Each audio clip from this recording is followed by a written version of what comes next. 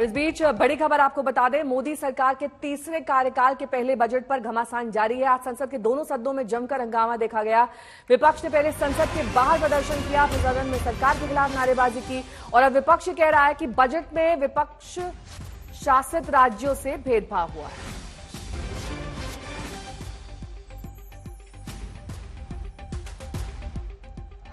ये प्रदर्शन की तस्वीर हम आपको दिखा रहे हैं, जिसमें तमाम विपक्षी दलों के नेताओं ने पोस्टर बैनर के साथ प्रदर्शन किया और उनका कहना है कि विपक्षी पार्टियों द्वारा शासित राज्यों की अवहेलना की गई है। इस बजट में उनका ध्यान नहीं रखा गया है। सिर्फ बिहार और आंध्र प्रदेश के लिए पैकेज जारी किया गया क्योंकि सरकार बचानी है। ये तमाम आरोप लगाते हुए विपक्षी सांसद संसद के बाहर धरना प्रदर्शन करते हुए पोस्टर बैनर उनके हाथ में है, गैर बीजेपी शासित राज्यों के साथ भेदभाव का आरोप लगाया। अखिलेश यादव ने यहां तक कह दिया कि यूपी में उन्हें झटका दिया है, इसलिए यूपी को कुछ नहीं दिया गया है, जबकि यूपी ने ही देश को पीएम दिया है। हम सभी लोग जितने लोग हैं और खासकर समाजवादी लोग, किसानों को एमएसपी मिले, आय दोगुनी हो, उसका रास्ता निकले।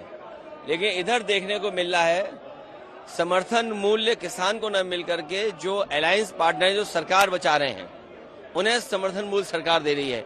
ये तो अखबारों में भी छपा है।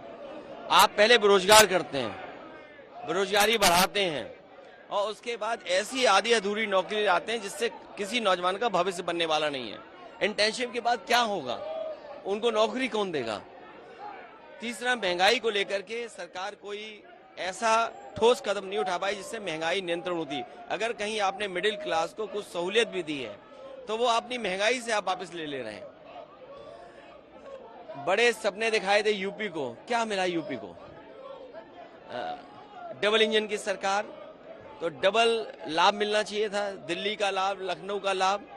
लेकिन लगता ये है कि दिल्ली अब लखनऊ की तरफ नहीं देख रही है, या लखनऊ वालों ने दिल्ली वालों को नाराज कर दिया। उसका परिणाम हमें बजट में दिखाई दे रहा है।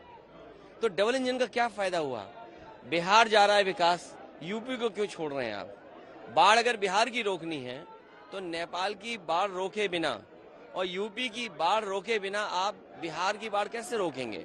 तो आपको पहले यूपी की बाढ़ रोकें, नेपाल की बाढ़ रोकें, तो बिहार की बाढ़ अपने आप रुक जाएगी। उधर मल्लिकार्जुन खड़गे ने बजट में कर्नाटक से भेदभाव का सवाल उठाया, सुनिए। इस ढंग से बजट पेश अगर हो गया, मैं समझता हूँ कर्नाटक से आए हैं। नहीं, कर्नाटक से आए हैं सर। हमारी तो अपेक्षा ऐसी थी सबसे ज्यादा मुझे ही मिलेगा, लेकिन इतना हमको तो कुछ नहीं मिला। तो इसका तो हम कंडेम करेंगे, प्रोटेस्ट करेंगे और सारे इंडिया पार्टी अलायंस, सारे कन्याकुमारी से लेकर कश्मीर तक। नहीं, मैं बोल देता हूँ, उन्होंने तो बोलने में माता जी बोलने में तो एक्सपर्ट है, मुझे मालूम है। तो उसी लिए माता जी नहीं, आपकी बेटी के बराबर हैं। मैं अपनी बात रख रहा हूँ। तो इसीलिए सर मैं कंडेम करता हूँ। अगर आप जिस जगह अपोजिशन पार्टी चुन के आ गई, जिस जगह आपको निग्लेक्ट किया गया है या लोगों ने नकार दिया आपको, उस जगह कुछ नहीं मिला। वहीं संसदीय कार्य मंत्री किरेन रिजिजू ने विपक्ष के आरोपों को खारिज किया और बजट को समावेशी बताया। बजट को इस तरीके से समझे बिना, बजट का मेरिट को देखे बिना ऐसे ही बजट को क्रिटिसाइज करना ये ठीक नहीं है। एक पॉइंट पे जाना चाहिए। कोई राज्य को अगर बिहार को कुछ अच्छा काम मिल रहा है, बजट में कुछ फायदा मिल रहा है, तो इसमें ऑपोजिशन को इसमें तकलीफ क्या है? अगर आंध्र प्रदेश का बाइफरकेशन के समय में सही नहीं किया कांग्रेस ने, आज आंध्र प्रदेश को कुछ मदद मिल रहा है, तो ऑपोजिशन पार्टी को क्या इसमें तकलीफ होना चाहिए? हर राज्य के लिए बजट में सब कुछ प्रावधान है, लेकिन वित्त मंत्री ने आज तक आप देखा होगा इतिहास में, क्या हर राज्य को गिन गिन के बताता है? क्या वो पूरा देश का बजट होता है, सामूहिक रूप से सबके लिए पेश किया जाता है। उसमें हर राज्य को अलग अलग से गिनती करके हर चीज नहीं बताया जाता है। एक दो इम्पोर्टेंट प्रोजेक्ट का जरूर जिक्र होता है।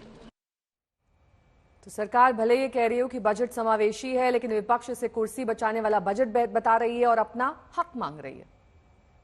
महाराष्ट्र में पिछले 10 साल से, जैसे मैंने कल कहा था, प्रधानमंत्री सरकार बचाओ योजना कल घोषित की है, यूनियन बजट नहीं था वो, वैसे ही प्रधानमंत्री महाराष्ट्र विरोधी योजना कल बजट में दिखाई दी। जब महाराष्ट्र 10 साल से, जब से भारतीय जनता पार्टी आई है, महाराष्ट्र को कुछ नहीं मिला है। हाईएस्ट टैक्स पेइंग स्टेट है।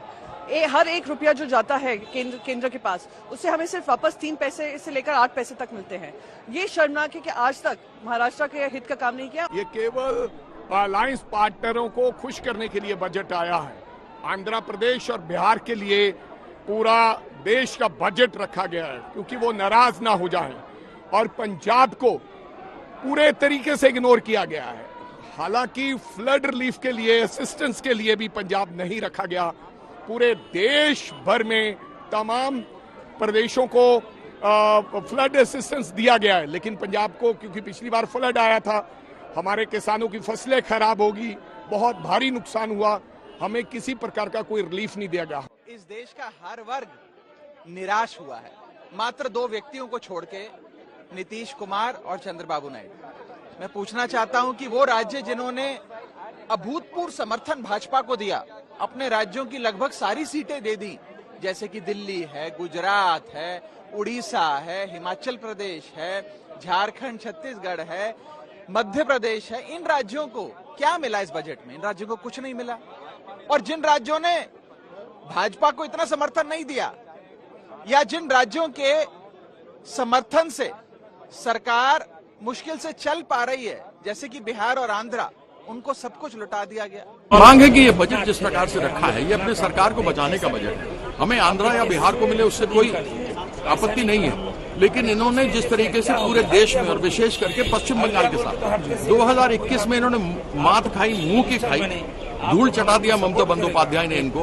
तब से लेकर अभी तक 2021 से लेकर अब तक पश्चिम बंगाल का 1,71,000 करोड़ रुपया जो जीएसटी का है, दूसरे माध्यम से है, जो हमारा आना चाहिए, जायज पैसा है, कोई भीख नहीं मांग रहा है। जैसे आपने देखा दूसरे राज्यों को स्पेशल स्टेटस, हम स्पेशल स्टेटस नहीं मांगते, हम मांगते हैं कि हमारा जायज पैसा हमको दो। उन्होंने मनरेगा का पैसा नहीं दिया, इन्होंने आवास योजना का पैसा नहीं दिया, इन्होंने प्रधानमंत्री ग्राम सड़क योजना का पैसा नहीं दिया।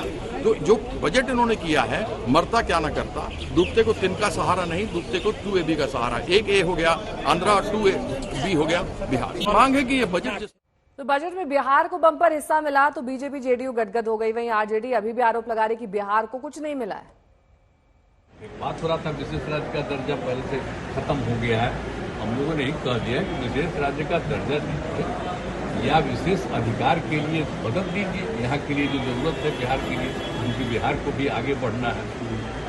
तो बहुत कुछ किया है, आप जानते हैं कैसे बुरा हाल था बजट का। जब हम लोग 5 से शुरू किए हैं, नवंबर 5 में, तो जो इतना काम करते हुए अब जहाँ देखिए ना कितना जगह पर जाने का रास्ता बना है। विशेष राज्य का दर्जा जी कह रहे थे, और अगर विशेष राज्य का दर्जा बहुत लोगों का था कि पहले से बंद कर दिया गया है इसलिए, तो उसके चलते एक सहायता के लिए बिहार के विकास के लिए मदद होना चाहिए जी, मदद होना चाहिए बिहार को जी। तो वो तो करना शुरू कर दिया है बिहार को। 26,000 करोड़ दिया गया, झुंझुनना रेलवे के